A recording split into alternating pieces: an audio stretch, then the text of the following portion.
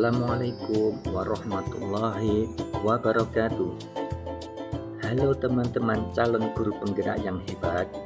Pada kesempatan kali ini saya akan membagikan materi koneksi antar materi modul 1.4, keterkaitan konsep budaya positif dengan materi pada modul 1.1, 1.2 dan 1.3. Perkenalkan, fasilitator Ibu Muassomah MPD, pengajar praktik Bapak Wahyu Dwi Sasmito, dan saya Rudi Haryanto SPDI, calon guru penggerak angkatan 10 dari Kabupaten Madiun.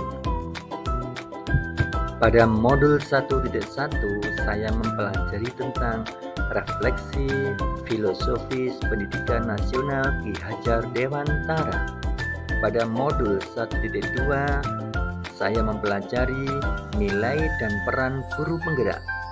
Pada modul 1.3 saya mempelajari visi guru penggerak. Pada modul 1.4 saya mempelajari budaya positif. Modul 1.1 Filosofi Ki Hajar Dewantara. Ki Hajar Dewantara menjelaskan bahwa tujuan pendidikan yaitu menuntun segala kodrat yang ada pada anak-anak agar mereka dapat mencapai keselamatan dan kebahagiaan yang setinggi-tingginya, baik sebagai manusia maupun sebagai anggota masyarakat. Guru ibarat petani, sekolah ibarat lahan, dan murid ibarat benih. Petani hanya bisa menuntun tumbuhnya benih menjadi tumbuhan yang baik dan subur.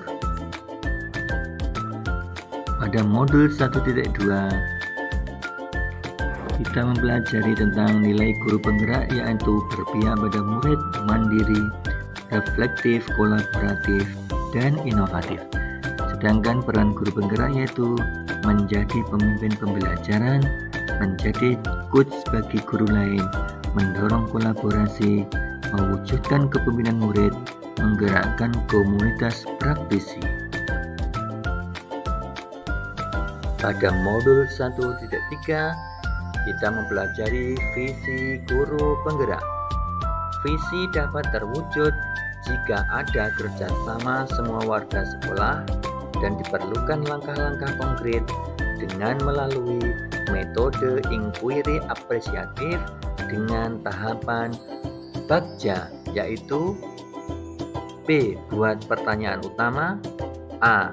Ambil pelajaran, G. Gali mimpi, C. Jabarkan rencana, dan A. Atur eksekusi. Selanjutnya pada modul 1.4 kita belajar budaya positif.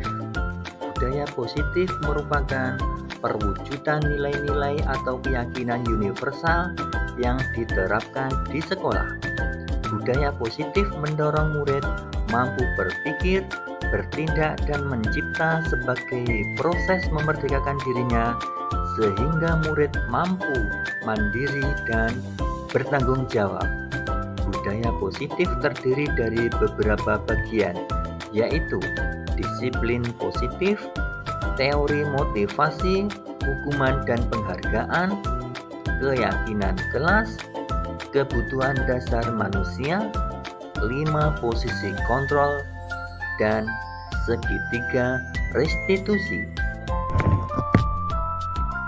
Pertanyaan 1. Sejauh mana pemahaman Anda tentang konsep-konsep inti yang telah Anda pelajari di modul ini? Pemahaman saya tentang konsep-konsep inti yang telah saya pelajari antara lain disiplin positif. Disiplin positif merupakan suatu pendekatan untuk menerapkan disiplin dalam diri murid tanpa hukuman dan hadiah.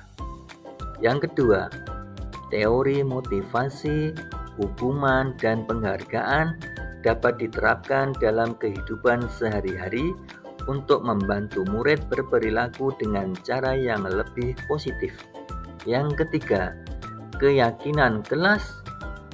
Keyakinan kelas merupakan kesepakatan kelas yang diyakini bersama guru dan murid dengan harapan dapat meningkatkan kedisiplinan murid. Yang keempat, kebutuhan dasar manusia, yaitu kebutuhan bertahan hidup, kasih, sayang, dan rasa diterima, penguasaan, kebebasan, dan kesenangan. Yang keempat, 5 posisi kontrol, antara lain sebagai penghukum, sebagai pembuat merasa bersalah, sebagai teman, sebagai pemantau, dan sebagai manajer. Yang keenam, segitiga restitusi, yaitu menstabilkan identitas, validasi tindakan yang salah, dan menanyakan keyakinan. Saya telah memahami konsep inti pada modul budaya positif, yaitu disiplin positif, posisi kontrol guru, kebutuhan dasar manusia, keyakinan kelas, dan segitiga restitusi. Hal menarik bagi saya adalah posisi kontrol guru. Selama ini, saya jarang menerapkan posisi manajer dalam menangani permasalahan siswa yang mengalami masalah disebabkan karena ingin memenuhi kebutuhannya. Siswa harus diingatkan pada keyakinan kelas yang disepakati untuk menemukan solusi permasalahan. Di luar dugaan, segitiga restitusi dalam menyelesaikan masalah membuat siswa menjadi lebih kuat keyakinannya, bisa mengambil pelajaran dari masalah dan memperbaiki diri. Melalui restitusi, hubungan siswa dengan pihak yang bermasalah dapat teratasi dan fokus guru adalah menguatkan karakter siswa. Pertanyaan kedua, perubahan apa yang terjadi pada cara berpikir Anda dalam menciptakan budaya positif di kelas maupun sekolah Anda setelah mempelajari modul ini?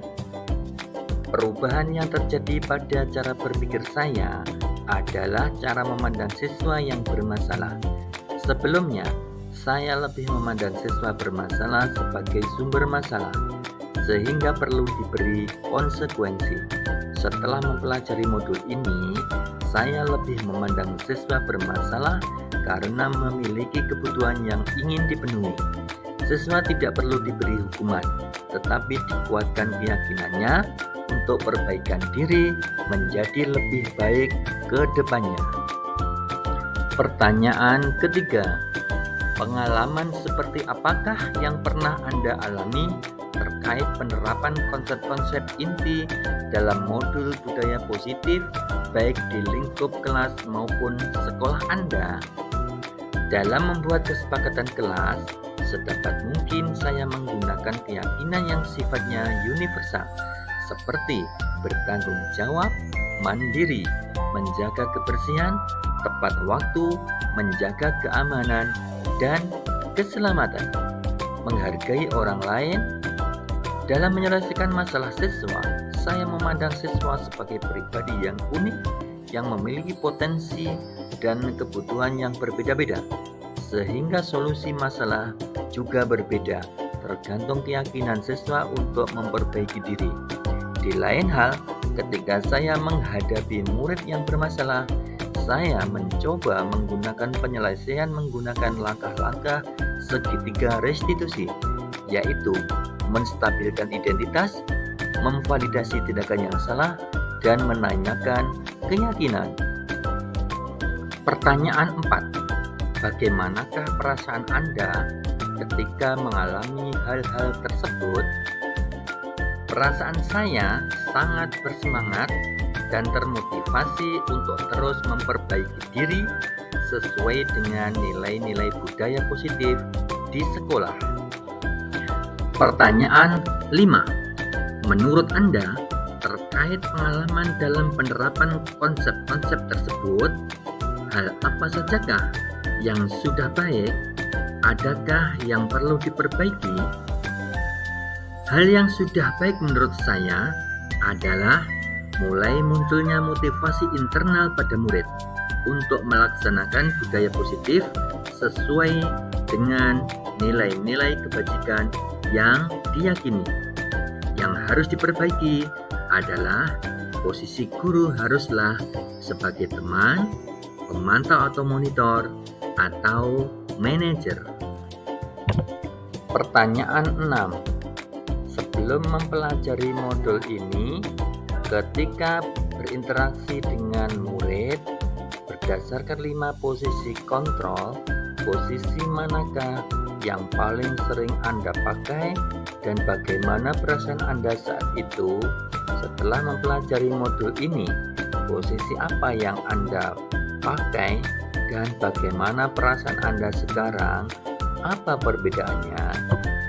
Sebelum mempelajari modul ini, saya sering memposisikan diri sebagai penghukum dan pembuat merasa bersalah. Menurut saya saat itu, bahwa dengan memberikan hukuman ketika murid melanggar kesepakatan adalah cara yang paling efektif dalam menangani kasus tersebut. Harapan saya, mereka tidak mengulanginya lagi. Tapi ternyata terulang lagi dan lagi. Setelah mempelajari modul 1.4, mulai sekarang dan kedepannya, saya ingin menjadikan peran saya sebagai manajer dalam menyelesaikan masalah murid. Sekarang saya merasa lebih bisa mengontrol emosi dan merasa bahagia karena bisa membimbing siswa agar dapat menemukan solusi sendiri atas permasalahan mereka. Perbedaannya adalah dari segi emosi guru dan respon murid. Pertanyaan 7. Sebelum mempelajari modul ini, pernahkah Anda menerapkan segitiga restitusi ketika menghadapi permasalahan murid Anda? Jika iya, tahap mana yang Anda praktekkan dan bagaimana Anda mempraktekkannya? Pernah, namun saya hanya menggunakan satu tahapan saja, yaitu menstabilkan identitas dengan memberikan pernyataan setiap orang pasti pernah berbuat kesalahan atau tidak ada manusia yang sempurna. Dan pertanyaan 8, selain konsep-konsep yang disampaikan dalam modul ini, adakah hal-hal lain yang menurut Anda penting untuk dipelajari dalam proses menciptakan budaya positif, baik di lingkungan kelas maupun sekolah? Hal-hal lain yang penting untuk dipelajari dalam proses menciptakan budaya positif, baik di lingkungan kelas maupun sekolah, adalah bagaimana menciptakan kerjasama dan kolaborasi yang baik antara murid, guru, rekan sejawat, pemangku kepentingan, dan orang tua, sehingga budaya positif ini dapat berlangsung secara berkelanjutan. Sekian, terima kasih, semoga bermanfaat. Salam dan bahagia. Assalamualaikum warahmatullahi wabarakatuh.